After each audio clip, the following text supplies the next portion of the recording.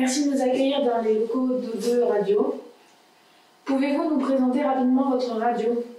Alors, je me présente, je m'appelle donc Sandrine Boire, moi je suis salariée depuis 8 ans à O2 Radio en tant qu'animatrice réalisatrice.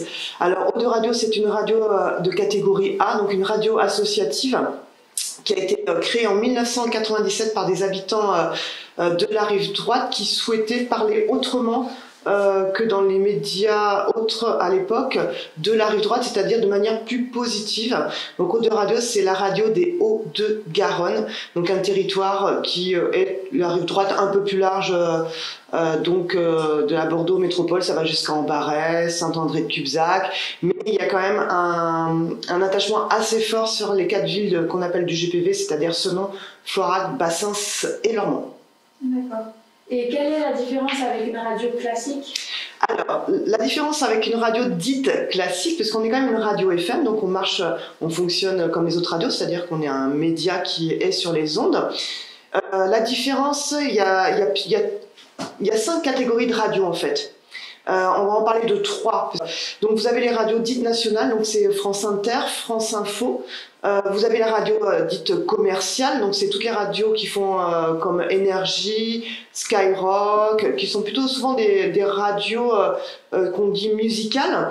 Et ensuite vous avez un statut de radio dite associative qui donc sont ce qu'on appelle aussi les radios de catégorie A. Leur différence, c'est qu'en fait elles permettent à des gens, elles sont pas assujetties à des financements.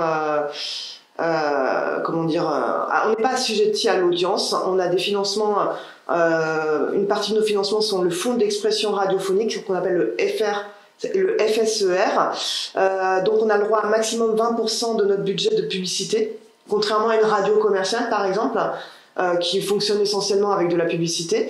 Et nous, on permet à des bénévoles, puisqu'on est un statut associatif, c'est un bénévole qui dirige la radio, c'est les bénévoles qui dirigent la radio, donc c'est un conseil d'administration, excusez-moi, donc on a un président, un secrétaire, un trésorier, plus d'autres membres du conseil d'administration, et les bénévoles qui font des émissions.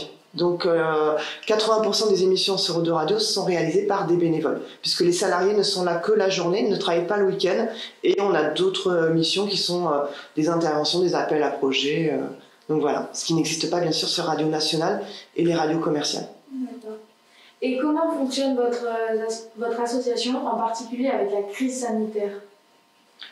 Alors, en dehors du premier confinement où là effectivement on n'a que 2 salariés qui ont travaillé et qui ont augmenté leur plage horaire d'information. On a été beaucoup sur la formation et le relais d'information aussi, notamment auprès des plus précaires. Donc là il n'y avait que eux qui travaillaient et on augmentait les plages horaires vraiment d'information.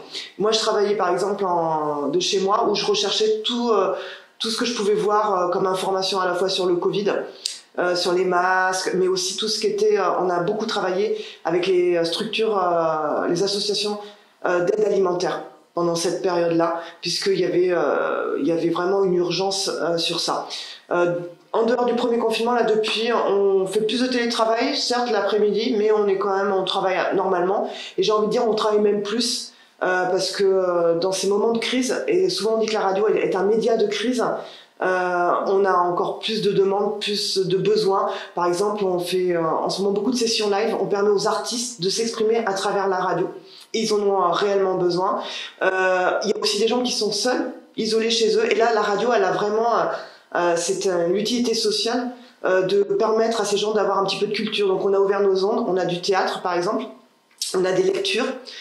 Qui sont donc, on a fait appel à des médiathèques par exemple du territoire, qui nous proposent des lectures, d'autres des contes pour les enfants, pour tout public. Donc on travaille encore plus en fait. Voilà, c'est un moment important. Pouvez-vous nous raconter l'histoire et l'évolution de votre radio? L'histoire d'O2 Radio, en fait, pour avoir interviewé le fondateur, enfin un des créateurs d'O2 Radio, en tout cas le premier président d'O2 Radio, c'était donc en 1995, c'était un groupe de personnes assez mobilisées qui trouvaient qu'il n'y avait pas assez d'informations sur le territoire, et notamment pendant les élections municipales, il n'y avait pas eu assez de débats.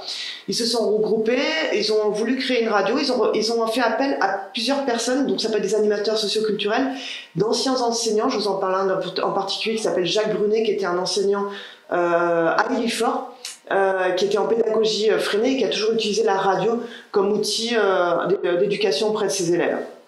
Et donc, il y avait aussi ce constat, aussi des élus des villes, qu'on ne parlait pas assez de la rive droite en fait. Et quand on en parlait toujours de manière négative, c'est-à-dire la drogue, la violence, parce qu'on sait que c'est un territoire où il y a industriel, après l'immigration, après une crise économique, un territoire souvent où il y a des zones de pauvreté. Voilà. Et donc, c'était tous ensemble faire cet outil il faut imaginer qu'il n'y avait pas Internet à l'époque, cet outil pour parler de la rive droite et faire parler ses habitants aussi. C'est pour ça qu'on a des émissions communautaires. On a des émissions qui sont en portugais, par exemple, le vendredi soir. On a des émissions sénégalaises le dimanche, maghrébines. La première émission étrangère, c'était une émission turque. Pourquoi? Parce qu'on était à Lormont, enfin, O2 Radio était à Lormont, dans le bâtiment qu'on appelait Istanbul à l'époque, parce qu'il y avait une population turque très importante. C'est un pari de donner la parole à des communautés dans leur propre langue, ce qui fait qu'il n'y avait pas forcément un contrôle. C'est un pari, c'est-à-dire qu'ils croyaient vraiment sur le fait que cet outil puisse valoriser toutes les richesses culturelles de ce territoire et ses habitants. D'accord. En quoi consiste votre métier au sein d'O2 Radio? Alors moi, je suis sur un poste de médiatrice sociale, animatrice, réalisatrice. C'est d'utiliser l'outil radio pour donner la parole à tous les publics, et notamment ceux qui ne l'ont pas, parce qu'une des missions des radios associatives, c'est la communication sociale, c'est de créer du lien entre les personnes. Et dans l'histoire des radios aussi, radio pirates, radio libre, c'est de donner la parole, pas qu'aux élites, pas qu'à ceux qu'on entend partout, pas qu'à ceux qui savent très bien parler et s'exprimer, mais donner la parole à tout le monde. Voilà. Donc moi, l'idée, c'est de faire remonter, d'aller chercher cette parole, la faire remonter et des fois la proposer aussi, la faire écouter aux institutionnels. C'est-à-dire, quand il y a des problématiques de logement dans les quartiers, par exemple, avec les bailleurs, c'est de faire parler ces gens, faire remonter et de la faire écouter à tout public, mais aussi aux personnes concernées, aux villes, aux élus, aux bailleurs sociaux, ça peut être aussi à tout institutionnel, ça peut être la préfecture, ça peut être... voilà.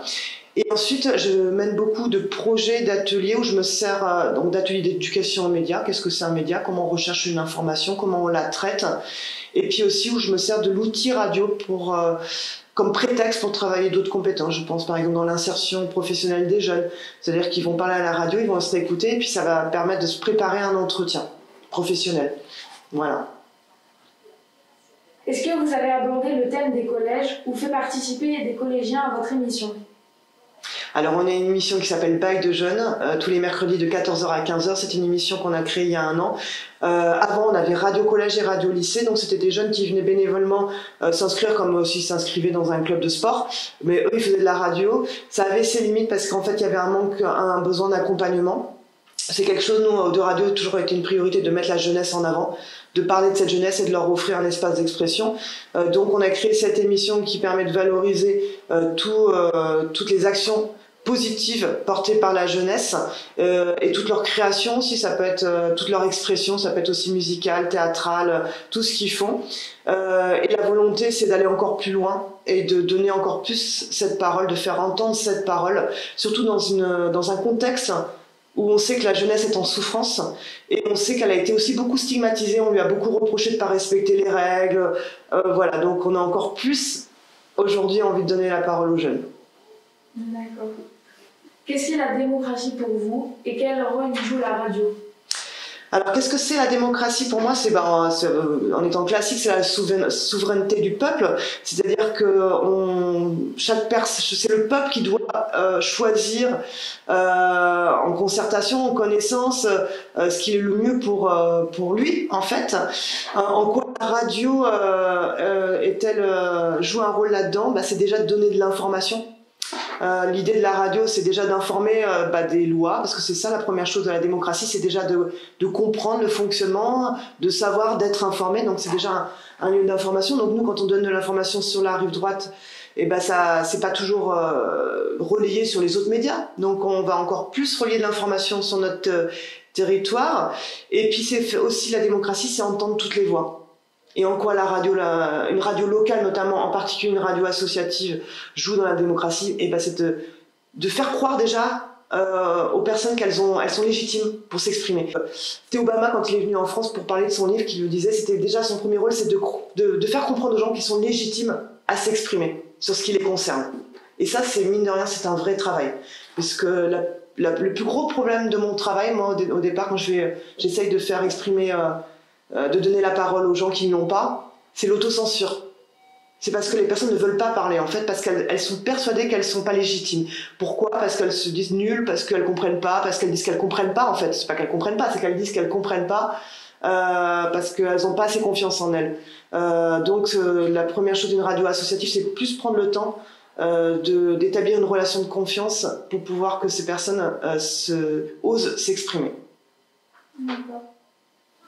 Ben, merci d'avoir répondu à nos questions et de nous avoir accordé du temps. Merci à vous. Merci beaucoup.